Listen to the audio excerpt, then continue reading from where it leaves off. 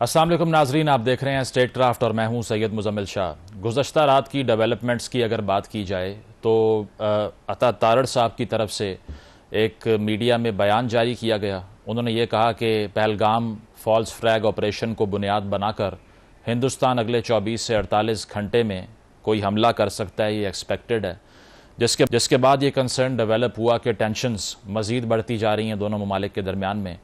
अमरीकी महकमा ख़ारजा की तर्जुमान की तरफ से भी ये कहा गया कि दोनों ममालिक से रब्ता करके सिचुएशन को डी एस्केलेट किया जाएगा। और इसके साथ साथ जो ख़बर मीडिया में गर्दिश कर रही है वो ये भी है कि जो 4 राफेल तैयारे थे हिंदुस्तान के, वो मकबूजा कश्मीर के एरिया में पेट्रोलिंग कर रहे थे, जिसके बाद पाकिस्तान की तरफ से भी एक एरियल रिस्पॉन्स सामने आता है। तो ये सूरत हाल कितनी सेंसिटिव हो सकती है, उसकी वजह यह है कि दोनों ममालिक अगर इससे आगे बढ़ते हैं और टेंशन में मज़ीद इजाफा होता है तो उसका जो डैमेज है वो बहुत ज़्यादा भी हो सकता है। इसको डी एस्केलेट करने के लिए हमें क्या करना पड़ेगा, और साथ साथ जो पाकिस्तान का इंटरनेशनल फोरम्स पर रिस्पांस होना चाहिए, जिसमें इंडस वाटर ट्रीटी को लेकर जो कंसर्न है, कैसे रिस्पांस दिया जाएगा, इस पर बात करते हैं। हमारे साथ वज़ीर दिफा ख्वाजा आसिफ साहब ने हमें ज्वाइन किया है। बहुत शुक्रिया ख्वाजा साहब आपके वक्त का। टेंशन्स का माहौल है पाकिस्तान और भारत के दरमियान। गुज़श्ता रात भी हमने देखा वज़ीर इत्तलात ने रात देर प्रेस कॉन्फ्रेंस की, जिसके बाद एक उससे इम्प्रेशन यही लिया गया कि शायद जो 24 से 48 घंटे की बात की जा रही है ये खासे क्रिटिकल हैं। क्या बता सकते हैं आप इस पर, क्योंकि ये खबर भी रिपोर्ट की जा रही है मीडिया में कि मकबूजा जम्मू कश्मीर के एरिया में पेट्रोलिंग की है इंडियन जेट्स ने, जिसका पाकिस्तान ने जवाब दिया। देखिए, ये जो स्ट्रेटेजिक डिसीजंस हैं वो तो आई कैन नॉट स्पेकुलेट भी नहीं कर सकता, और अगर मुझे पता हो तो वो मुनासिब भी नहीं है कि मैं जो है वो मीडिया पे डिस्कस करूं। लेकिन मैंने repeatedly over last many days ये कहा है कि प्रिपेयर्डनेस हमारी जो है वो बिल्कुल कंप्लीट तैयारी जो है इस वक्त, मुकम्मल तैयारी जो है इस वक्त तक हो चुकी हुई है, और हम हर इवेंचुअलिटी के लिए जो है ना वो इस वक्त तैयार हैं। इंशाल्लाह ताला जो है भरपूर जवाब दिया जाएगा और वतन अजीज का जो है भरपूर दफा किया जाएगा। ये इससे किसी को कोई शक नहीं होना चाहिए, दोस्तों को भी शक नहीं होना चाहिए और दुश्मन को भी शक नहीं होना चाहिए। ख्वाजा साहब, इस सूरत हाल में मतलब दुनिया की 25 से 30% आबादी इस खिते में रहती है और एक न्यूक्लियर फ्लैश पॉइंट भी इसको कह सकते हैं, 300 के करीब यहाँ पर वॉरहेड्स मौजूद हैं।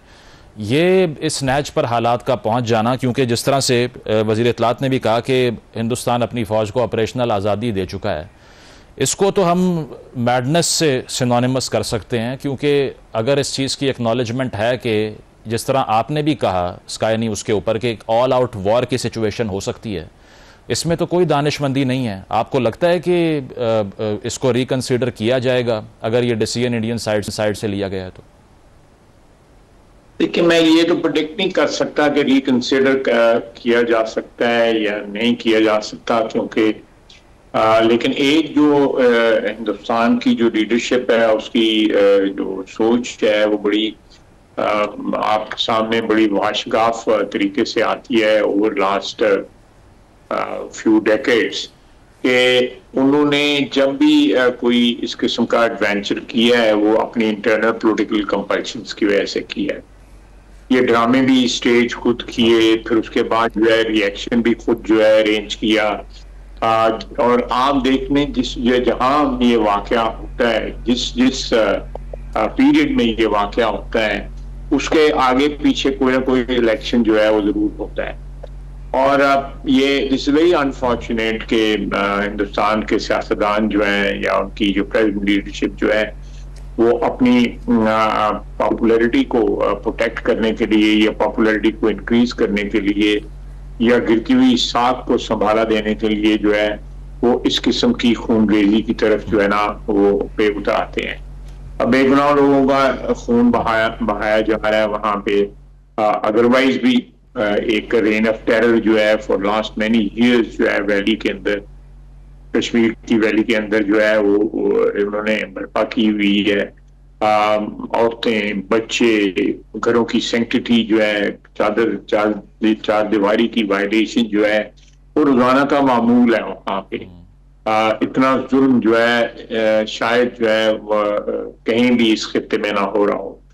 गजा में हो रहा है, इससे भी बहुत ज्यादा हो रहा है। अल्लाह ताला उनकी भी मदद करे और कश्मीरियों की भी मदद करे। लेकिन ये बड़ा अनफॉर्चुनेट है कि तारीख में जब भी मोदी जैसे हुक्मरान आए, उन्होंने ना सिर्फ अपनी कौम को तबाह किया बल्कि एक लंबे अरसे के लिए जो है ना तबाही की एक जो है ट्रेल छोड़ के जो है। तो ये आप देखें, आज भी आपको जो है बाजगश जो है, जो गुजरात में जो कुछ हुआ मोदी की चीफ मिनिस्ट्री के नीचे, वो सबको पता है कि लोगों को, मुसलमानों को जिंदा जला दिया गया, पूरे पूरे खानदान जिंदा जला दिए गए। सूबाई असेंबली का मेंबर उसको मुसलमान था, उसके घर वालों को और उसको जिंदा जला दिया गया। और एक इंटरनेशनल टेररिस्ट की हैसियत से एक मुस्तनद शख्सियत है मोदी साहब जो है, जो कनाडा में वाक़या हुआ, जो अमेरिका में वाक़या हुआ, और जो उस गुजरात के मैसेकर के बाद उनके ऊपर बैन लगा। कोई और ढूंढने की जरूरत ही नहीं है टेररिस्ट जो है इंडिया के अंदर। मोदी बस वो तो एक सिंबल बन गया हुआ है टेररिज्म का इंटरनेशनली। कोई पॉलिटिकल लीडर दुनिया के अंदर जो है ना, कोई पॉलिटिकल लीडर दुनिया की तारीख में आज या कल या आने वाले कल में जो है आपको नहीं मिलेगा जो मोदी ने जो है जिस तरह खूनरेजी का सहारा लेके अपने इक़्तिदार को जो है वो संभाला दिया हुआ है और नफरत की सियासत जो है ना वो कर रहे हैं। हमसाए हैं हम। मैंने कल भी कहा था तकरीबन 2.25 बिलियन आबादी जो है इस खित्ते में रहती है। आपने भी इब्तदाई में ये बात की है। तो उसमें हम जो है आई थिंक हर फर्द की ये ख्वाहिश होगी, लेकिन जब सियासत की बेन चढ़ा दिया जाए हम जो है तो फिर उसका मुंह तोड़ जवाब देने के लिए हम तो इंशाअल्लाह ताला, अगर आज होती है, कल होती है, कभी भी होती है एग्रेशन हमारे खिलाफ, हम उसका मुंह तोड़ जवाब देंगे और उनको बड़ी भारी कीमत अदा करनी पड़ेगी। ख्वाजा साहब, इसके अलावा जो आपने स्काई न्यूज़ को इंटरव्यू दिया, उसमें जब आपसे पूछा गया कि नेबरिंग कंट्रीज़ में इंसर्जेंसीज को हमने सपोर्ट किया या नहीं, आपने कहा कि we have been doing this dirty business for United States and the western countries. इसकी इंडिया में अगर एंगलिंग देखी जाए तो वो तो ये कह रहे हैं कि ये कन्फेशनल स्टेटमेंट है, इस पर सैंक्शन लगा दी जाए। आपको लगता है मिसकंस्ट्रू किया गया आपको, और did you actually mean that? नहीं, देखिए, मैंने तो जो अगर आप भी अंडरस्टैंड करेंगे और इंटरनेशनली भी उसको अंडरस्टैंड किया गया है, मैं तो अफगान वॉर जो 2 हुई हैं उसके कॉन्टेक्स्ट की बात कर रहा था। मैं ये आधा मिनट लूंगा। एक प्रेसिडेंट रेगन के वक्त एक तस्वीर थी जो व्हाइट हाउस में जो अफगान लीडर्स को बुलाया गया था, आपको भी याद होगा। और उनकी जो तशवीर जो है दी गई कि ये अमेरिकन वॉर ऑफ इंडिपेंडेंस के लीडरों के पाए के लोग हैं। वो सारे के सारे बाद में terrorist brand, including Osama bin Laden. उनमें उसामा बिन लादेन शामिल नहीं था, लेकिन उसामा बिन लादेन को भी यहां अमेरिका लेके आया और वो भी जो है वो बाद में टेररिस्ट जो है, सबसे बड़ा टेररिस्ट जो है ब्रांड हुआ। उसके बाद जो है हक्कानी जो है उनके सरों के ऊपर जो है वो प्राइस थी, अभी भी है, अभी भी थी, ये अभी महीना 2 महीने पहले 3 महीने पहले जो है। उसके बाद एमन अल ज़वाहिरी, ये सारे टेररिस्ट जो हैं जो ultimately after the war of against Soviet Union and obviously later जो 9/11 के बाद जो वॉर हुई है अफगानिस्तान में, उसमें जो हीरोज थे वो टेररिस्ट बन गए, वो टेररिस्ट थे वो हीरोज बन गए। तो मैं उसकी तरफ इशारा किया कि ये हमारे यहाँ पे और आप तारीख में देखें तो ये उनको जो बहुत बड़े अमेरिकी ओहदेदार थे जो उसामा बिन लादेन को यहाँ पे लेके आए, अपने जहाज में लेके आए। फिर उसके बाद जो है उसकी सारी मशीनरी जो है, कंस्ट्रक्शन मशीनरी जो है वो सूडान में थी उस वक्त, उसको उठाया गया वहां से ट्रांसपोर्ट प्लेन्स पे अमेरिका में। फिर इसमें अफगानिस्तान में जो आ गए सेंचुरीज अंडरग्राउंड बनाई गई और उसके लिए side, and ultimately became a terrorist और branded a terrorist and died as a terrorist.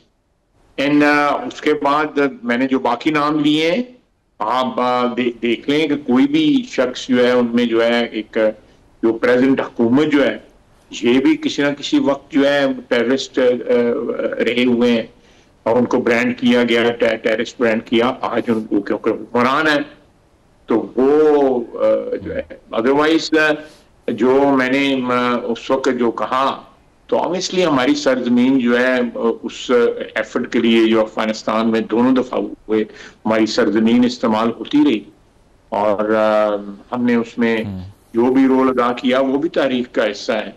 मैं nobody can deny that, but having said that, कि ये कोई हम प्रमोट नहीं कर रहे थे टेररिज्म। इस उस जो भी उस वक्त हुआ या उसके बाद में हुआ, उसके आफ्टरमाथ में जो कुछ हुआ, उसमें एक इंटरनेशनल जो है, जो बिग पावर्स थी, जो अफगानिस्तान में जो भी जंग लड़ी जा रही थी, जो उसमें पार्टिसिपेंट्स थे, वो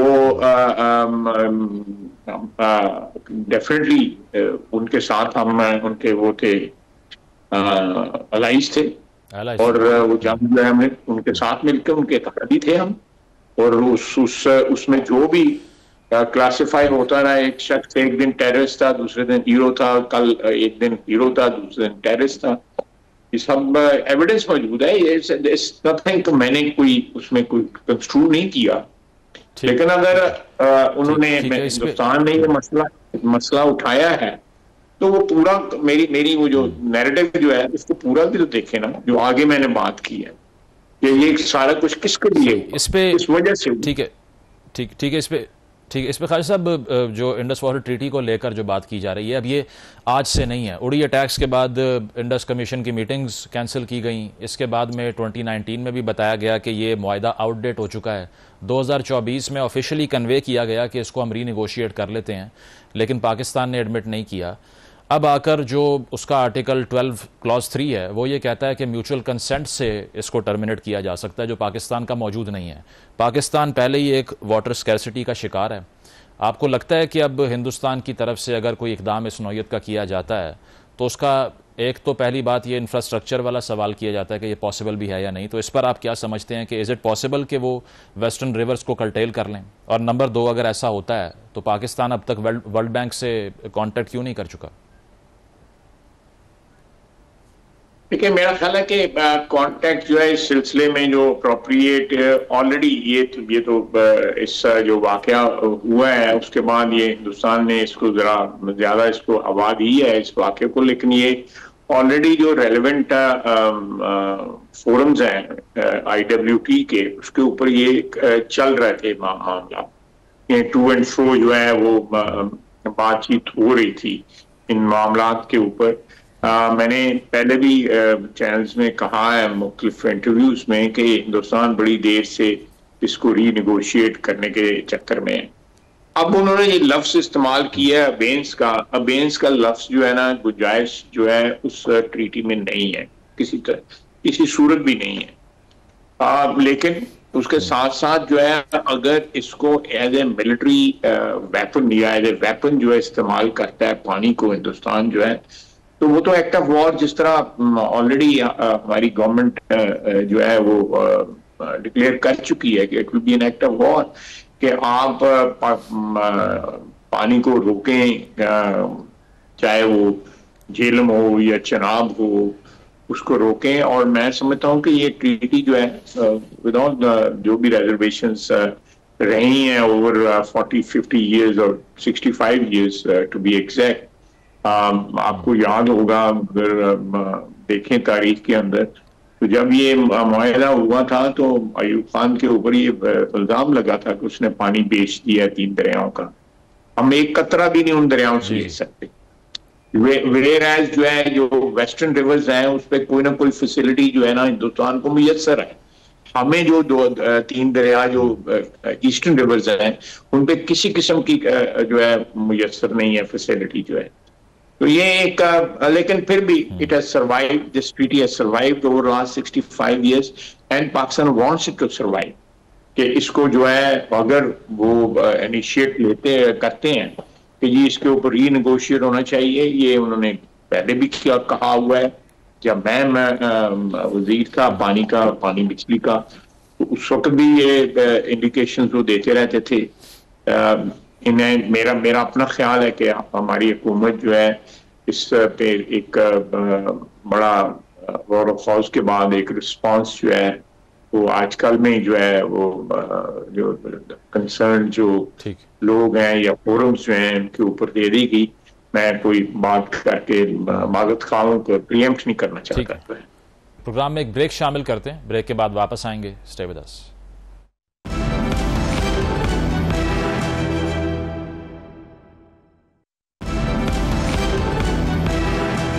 वेलकम बैक नाजरीन। ख्वाजा आसिफ साहब से हमारी गुफ्तगू जारी है। तर्जुमान है अमरीकी महकमा खारजा के, उनकी तरफ से ये कहा गया है कि हर लेवल पर रब्ता किया जा रहा है और उन्होंने ये भी कहा कि आज या कल इंडिया और पाकिस्तान दोनों से बातचीत होगी। तो अमेरिकन इंगेजमेंट इस वक्त जारी है और आपको लग रहा है कि it's an entirely neutral response from America इस सारे कॉन्टेक्स्ट में जो यहाँ पर हो रहा है? मेरा ख्याल है कि America is playing a role of conciliator. वो इस चीज को जो है इसमें साइड्स जो है जो मेरी असेसमेंट है, आप भी वॉच कर रहे हैं, आपकी भी कोई असेसमेंट होगी कि वो एक चाहते हैं कि सेटलमेंट हो जाए। और ये अगर आप देखें कि जो माजी करीब के अंदर 2-3-4 इनिशिएटिव्स लिए हैं प्रेसिडेंट ट्रंप ने, वो एक कंसिलिएटर के लिए हैं। उनमें ईरान के साथ भी गुफ्तगू हो रही है, यूक्रेन के साथ भी गुफ्तगू हो रही है, फलस्तीन का एक मामला है जो अभी भी वहां पे आग जो है लगी हुई है, जुल्म जो है जारी है। लेकिन जनरली जो है अगर कोई स्टांस जो है अमेरिकन एडमिनिस्ट्रेशन ने लिया भी है तो उसको बाद में जो है रिकैलिब्रेट किया है उसको। अगर वो देखा है कि भाई ये थोड़ा सा इसमें ज्यादा बढ़ावा हो गया है तो उसको रिकैलिब्रेट किया है।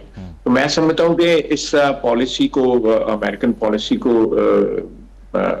वेलकम करना चाहिए कि वो एक सुपर पावर जो है वो एक कंसिलिएटरी जो है ना वो एटीट्यूड या उन्हें पोस्चरिंग की हुई है विच इज वेरी कंस्ट्रक्टिव। तो ये उसी बैकड्रॉप के अंदर पाकिस्तान और हिंदुस्तान का जो स्टैंड ऑफ है उसमें भी वही मैं समझता हूँ कि वही रोल अदा कर रहे हैं। अच्छा, और इसका जो डोमेस्टिक हमारा रिस्पांस है, अगर इसकी बात करें, एपीएस के साने के बाद भी तमाम पार्टीज बैठी, सर जोड़कर ब्रेनस्टॉर्म किया।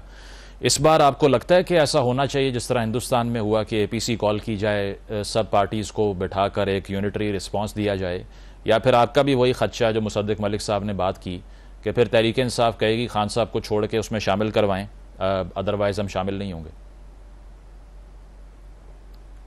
This is a possibility. जो मुसद्दिक मलिक साहब ने जो कुछ कहा है, दिस इज ए पॉसिबिलिटी कि उसको पॉलिटिकली लेवरेज करे PTI, which will be very unfortunate, but there is a stark possibility कि इस किस्म की political leveraging जो है वो पीटीआई करेगी। माजी में भी वो जो नेशनल इशू के ऊपर political leveraging करती रही है पीटीआई। और आपने देखा होगा कि जो इस पे जो अभिनंदन वाले इशू के ऊपर भी political एक जो है पोजीशन की वजह से उस वेरी क्रूशियल मीटिंग जो नेशनल सिक्योरिटी की मीटिंग थी उसके अंदर नहीं शामिल हुआ था इमरान खान, जो है वो नहीं आया था। हम इंतजार करते रहे थे, सारी पार्लियामेंट वहां पे मौजूद थी, बल्कि पार्लियामेंट से बाहर के लोग भी वहां से मौजूद थे।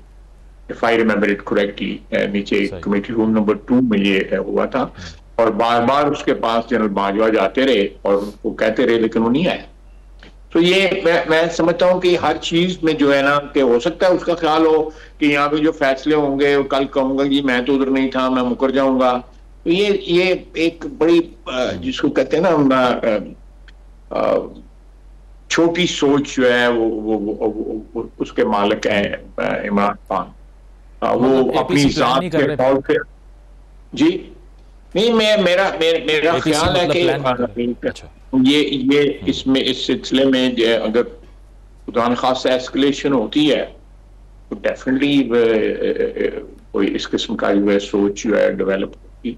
अभी तक तो आज ये कल से जो है वो जिस तरह न्यूज कवरेज आपने मुझे बताया है, अता ने भी बात की है, ISPR ने भी बात की है, तो मैंने भी 3 दिन पहले कहा था कि इट इज इमिनेंट। मैंने 3-4 दिन का अगर आपको याद हो तो मैंने लफ्ज इस्तेमाल किया था, वो भी किसी फॉरेन चैनल के साथ मैंने इस्तेमाल किया था कि इमिनेंट है। और फिर मैंने तलत साहब के साथ भी कुछ में ये इस्तेमाल किया था लफ्ज जो है। तो ये है ये कोई ना कोई वारदात जो है वो करने की हिंदुस्तान जरूर कोशिश करेगा, क्योंकि उनकी भी तो एक पॉलिटिकल लाइबिलिटी बन गई है ना इस वक्त, जो बड़े की सड़कें मारी हैं मोदी साहब ने। बिल्कुल। तो जो पाकिस्तान का एयर स्पेस क्लोजर का फैसला है, ये भी कंटिन्यू करेगा इन रिस्पॉन्स? नहीं, जब तक बिल्कुल जो है वो क्या कहते हैं, बिल्कुल सिचुएशन जो है 100% नॉर्मल होगी, तो ये तो नहीं खोलनी चाहिए, क्योंकि it's a very big concession जो इंटरनेशनली देते हैं, सारे मुल्क देते हैं। लेकिन देखे ना, वही चीज अप्लाई जो है पानी में भी करती है, कि आप जो है अपर रिपेरियन होके पानी लोगों को लोअर रिपेरियन का बंद नहीं करते किसी ये जो मेन दरिया है यूरोप के अंदर, उसमें भी एक अंडरस्टैंडिंग है। मिसल डेन्यूब जो है उसके ऊपर अंडरस्टैंडिंग है एक यूरोप के अंदर, क्योंकि कई मुल्कों से गुजरता है डेन्यूब जो है। और इसी तरह जो और दरिया हैं, अफ्रीका में दरिया हैं जो कई मुल्कों से गुजर के आते हैं। नाइल जो है वो मेरे ख्याल 4 मुल्कों से गुजरता है। इसी तरह और दरिया हैं अफ्रीका में। ये सिर्फ पाकिस्तान में सिचुएशन नहीं है, this situation it's a geographical phenomena which exist almost everywhere. सही। इस पे शॉर्ट कमेंट एक चाहूँगा। उमर अयूब साहब ने कहा कि कोट एंड कोट कॉवर्डिस का मुजाहरा किया शहबाज शरीफ साहब ने, ये कह करके इन्वेस्टिगेशन करवा लें, रिस्पांस तगड़ा होना चाहिए था। मियां नवाज शरीफ साहब भी खामोश हैं। How do you respond to that? मेरा ख्याल है ये उमर अयूब साहब कोई नॉर्मल आदमी नहीं है, मैं उनको क्या कमेंट करूं। नॉर्मल आदमी नहीं है। ये सिचुएशन जो है उनके दादे की क्रिएट हुई है। उसको कहा गया था कि इसने बेचे हैं, पानी बेचे हैं। बिल्कुल अयूब खान था ना जिसने ये ट्रीटी साइन की थी, और बड़ा शोर मचा था कि इसने पानी बेच दिया पाकिस्तान का। तो क्या मैं इनको जवाब दूं? Is not a normal person. ठीक, मैं तो एक बड़ा ठीक है अदना सा पॉलिटिकल वर्कर हूं, मैं क्या कमेंट करूं इस पे। लेकिन एक बात मैं इसको डिस्कनेक्ट करके उससे, ये जो इनिशिएटिव जो लिया है ये बड़ा इंटेलिजेंटली पीएम ने हैंडल किया है, जिसको परहैप्स उमर अयूब साहब नहीं अंडरस्टैंड कर सकते। एबिलिटी होती है ना अंडरस्टैंड करने की। तो ये जो है आई थिंक दिस इज ये जो मूव है ये इंटरनेशनली बड़ी वेलकम की गई है, और वो जो है स्टम्प हुआ है इंडिया इसके ऊपर जो है कि भाई वो कह रहे हैं कि आप जो मर्जी मुल्क जो है उनका कमीशन बना के जो है आप कर लें, इन्वेस्टिगेशन करा लें। I think it was very well said, और प्लेटफॉर्म बड़ा अच्छा इस्तेमाल किया शहबाज शरीफ। जहां तक मियां साहब का है, मियां साहब बड़े मियां साहब का, वो डेली बेसिस पे हम उनसे गाइडेंस ले रहे हैं। ठीक, सही, ठीक है। बहुत बहुत शुक्रिया। ख्वाजा आसिफ साहब हमारे साथ मौजूद थे। उन्होंने ये कहा कि इन्वेस्टमेंट की कॉल देकर शहबाज शरीफ साहब ने इंटेलिजेंटली इस मैटर को परसू किया है, और साथ साथ उन्होंने ये भी कहा कि हिंदुस्तान की तरफ से अगर कोई इनिशिएटिव लिया जाता है एक वॉर की सिचुएशन क्रिएट करने में, तो उसका भरपूर जवाब भी दिया जाएगा। एक ब्रेक शामिल करते हैं, ब्रेक के बाद वापस आएंगे। Stay with us.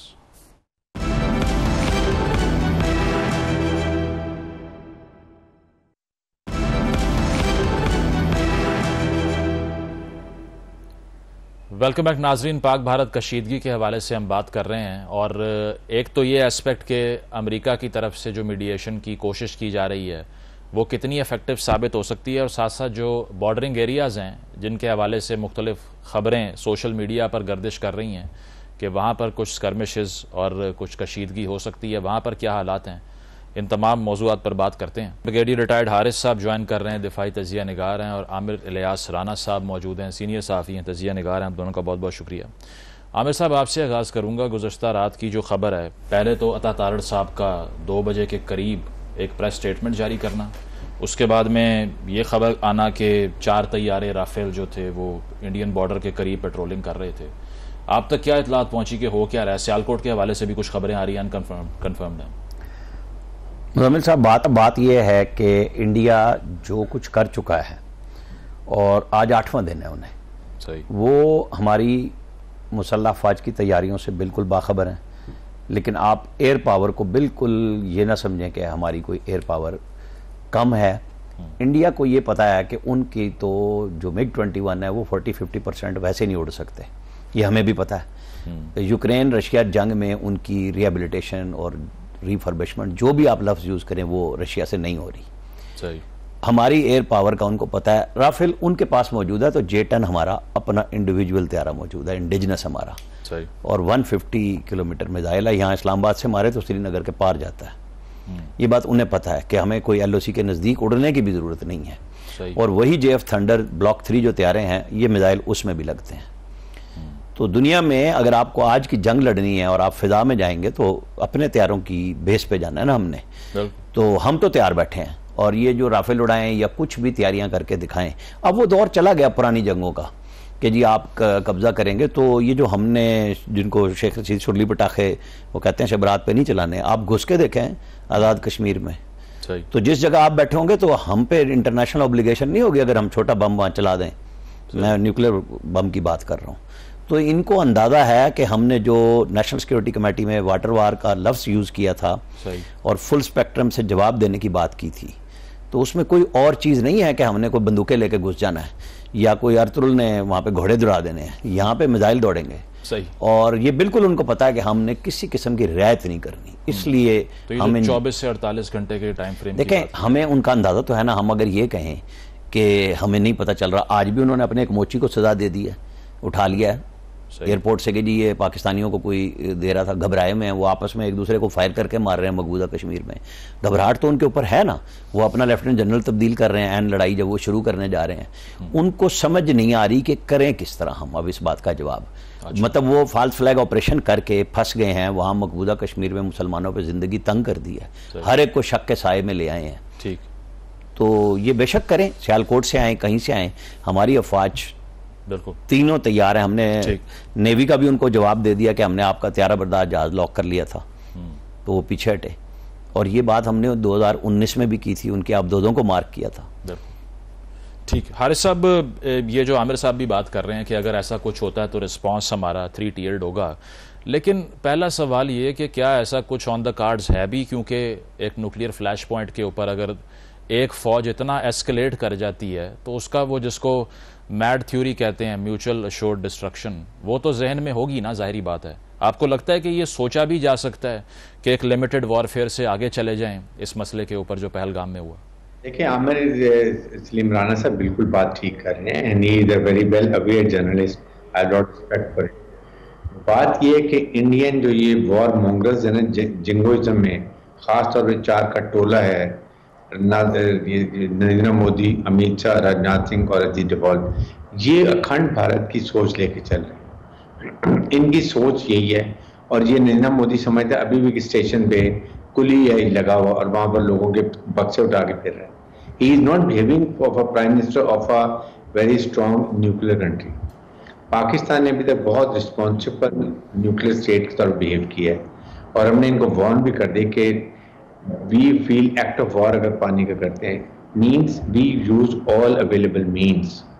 और राना साहब बात सही की है, पाकिस्तान को और इंडिया को सबसे बड़ा एजन है पाकिस्तान को, we have nuclear tactical missiles localised area के लिए, we can play hell with them. Second, ये राफेल लिए हैं, जो मर्जी लिए हैं, basically it is a man behind the gun. क्या इनके पायलट की कैपेबिलिटी है? Are they fully trained? क्या इनके पास जज्बा है? डरपोक इतने हैं कि जो ही हमारे जहाज उड़े हैं, जब ये अपनी फ्लाई कर रहे थे, ये फौरन लैंड कर गए हैं और जाके छुप गए हैं। ये इनकी टोटल कैपेबिलिटी है, और इनका एक एक इंच एरिया हमारी मिसाइल टेक्नोलॉजी के रेंज की, मिसाइल के रेंज के अंदर है। दे नो के पाकिस्तान की बैटल हार्डन आर्मी है। इनको 27 फरवरी 2019 को हमने बता भी दिया था, सिखा भी दिया था।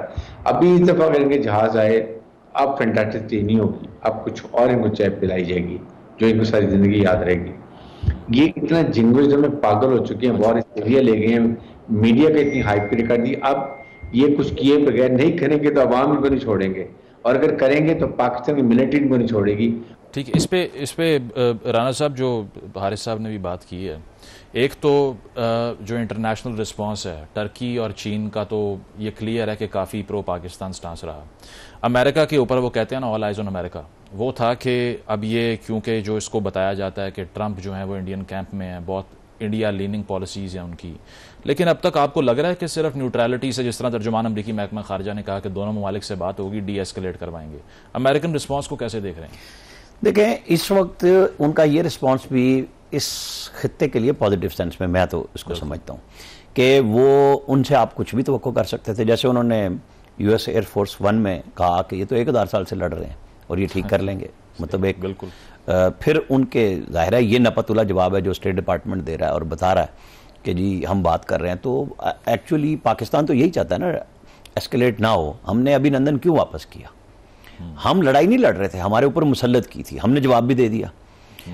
हम कोई खौफजदा नहीं थे कि हमने अभिनंदन दिया, लेकिन हम ये ज़रूर चाह रहे थे कि डी एस्केलेशन होनी चाहिए।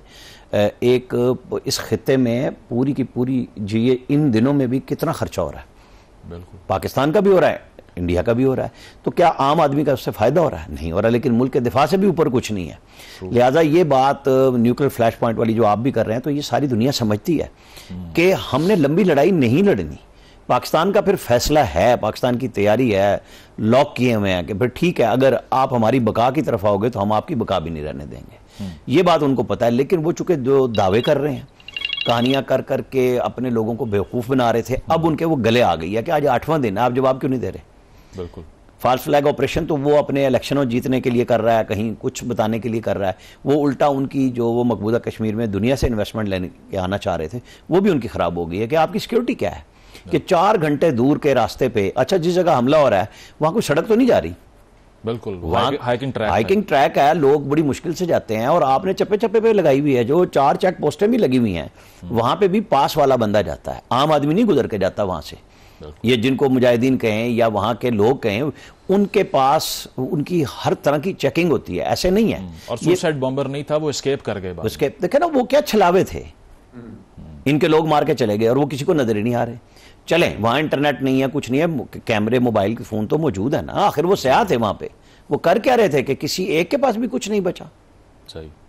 तो इससे आपको लगता है कि ये जो फॉल्स फ्लैग वाला, ये अब इनको ये फंस गए हैं, अब इसलिए मजबूरी है इनकी कि जैसे पिछली दफा किया हमने, देखे ना उस वक्त मैंने ये बात कही थी, मैं मुसलसल कह रहा हूं कि हमने इनके एयर आर्मी चीफ के नजदीक गोले मारे थे और हमने इनको मैसेज दिया कि हमें पता कि आप बैठे हुए हैं, यहां से निकल जाए, कि हम ये डायरेक्ट भी छावनी पे मार सकते थे। सही। तो इस दफा ये नहीं होगा।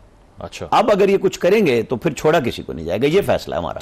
ठीक है हारिस साहब, ऑन द लास्ट नोट, ये जो वाटर वॉर्स की आमिर साहब ने भी टर्म यूज की है, अब इस पे इंडस वाटर ट्रीटी की अगर वायलेशन कर दी जाती है, जो पाकिस्तान के 3 दरिया हैं उनका भी अगर फ्लो करटेल करने की कोशिश की जाए, तो आपको क्या लगता है कि फिर किस तरह इसको अप्रोच करें? क्योंकि वर्ल्ड बैंक की एक आर्बिट्रेशन में है तो ये वायलेशन ट्रीटी की, क्योंकि जो उसके आर्टिकल्स कहते हैं वो म्यूचुअल कंसेंट के बगैर आप ख़त्म नहीं कर सकते। तो पाकिस्तान का उस पर फिर क्या रिस्पॉन्स होना चाहिए, क्योंकि वाटर स्कैरसिटी का मसला भी हो सकता है? देखें, पाकिस्तान ने बड़ी क्लियर, हमारी नेशनल सिक्योरिटी कमेटी ने कह दिया था, अगर ये इसको सस्पेंड करते हैं और पानी को रोकते हैं, it is an act of war. An act of war means we can use all available means to Pakistan armed forces. Simple सी, बड़ी सिंपल सी बात की है। और उसके बाद सेकंड ये जो आलम सलीम बाना साहब बात करें, मुझे ये बताएं कि ये लाइन ऑफ कंट्रोल में मैंने बड़ा सर्व किया है, यहाँ पर आपको पता है कि पूरी फेंसिंग हुई है, यहाँ जनरेटर और सर्च लाइट लगी हुई हैं। पाकिस्तान की तरफ अगर 100 गज तक, 100 मीटर तक अगर कोई एक पॉइंट भी गिरा हो ना, इनकी लाइट उसको पिक कर लेती है। तो 3 लेयर्स के डिफेंस को क्रॉस करके, 7 लाख फौज को क्रॉस करके, पूरी सिक्योरिटी कैमरास को क्रॉस करके, उसके बाद वहां पर जाके जो किसी को पता नहीं वहां पहुंच गए, सुलेमानी टोपी पहनी हुई थी, वहां जाके मार के फिर ये छलावे गायब हो गए। तो ये मतलब है आपने कोई एक प्रूफ दिया, आप खुद प्लान कर रहे हैं, आप खुद एग्जीक्यूट कर रहे हैं, आप खुद फैसला कर रहे हैं। I mean what the help. आज जो मैड, ये पागल के बच्चे को समझ नहीं आती नरेंद्र मोदी को कि ये कोई यहाँ पर कोई एक रेलवे स्टेशन में कुली का हेड लगा हुआ है, ये न्यूक्लियर मुल्क का एक प्राइम मिनिस्टर है, शुड हैव कॉमन सेंस कि ये जब 2 न्यूक्लियर मुल्कों की लड़ाई होती है तो अगर एस्केलेट होती है, देन यू डोंट नो कि एंड कहाँ होती है। Dynamics of war are not known to anyone. ये पाकिस्तान ने रशिया, चाइना, ईरान, टर्की और मुसलमान को बताया कि इसकी लपेट में पूरा रीजन आ जाएगा, बल्कि ग्लोबल फॉलोट हो सकते हैं। इसलिए लेकिन हारिस साहब मेरे पास हारिस साहब लास्ट मिनट है, इस पे भी कमेंट कर दें कि अमेरिका आपको लगता है मीडिएशन की अगर कोशिश करे तो दोनों पार्टीज कुछ ना कुछ डी एस्केलेट कर सकती हैं इस पे? देखें, अगर अमेरिका ने करना है तो नाउ इज द टाइम। आज अगर 24-36 घंटे के बाद इंडिया रिएक्ट कर लेता तो Pakistan will have to retaliate with more fast, more intensity के साथ। Then what is the purpose? So देखें, अमेरिकन ये इंडिया की जरूरत नहीं है अमेरिका को बताया हुआ कुछ करें। And we have warned Indians कि आपको हम वो हाल करेंगे कि आप याद करेंगे, क्योंकि आपकी 60% पॉपुलेशन बिलो पॉवर्टी लाइन है और सड़कों पर फुटपाथ पे सोती है। उनका ही ख्याल कर लो। ये वॉर मोंगल जिंगोइज्म में आए हुए ना, इनको समझ आ जाएगी जब ये इस तरह करेंगे। चीफ आर्मी साहब के मतलब बातें कर रहे हैं, मेजर ग्वालियर, ये आर्मी पोस्टल यूनिट का ये एक डाकिया टाइप था जो अभी ये कमेंट्स पास कर रहा है। चलें, जिस तरह आपने कहा कि इसके जो रिपरकशंस हैं, जो कॉन्सिक्वेंसेस हैं, वो सिर्फ इस खित्ते के लिए नहीं पूरी दुनिया के लिए हैं। इसीलिए सबके मफाद में है कि ये सिचुएशन डी एस्केलेट करे। बहुत बहुत शुक्रिया आमिर इलियास। हारिस साहब हमारे साथ मौजूद थे। एक ब्रेक शामिल करते हैं, ब्रेक के बाद वापस आएंगे। Stay with us.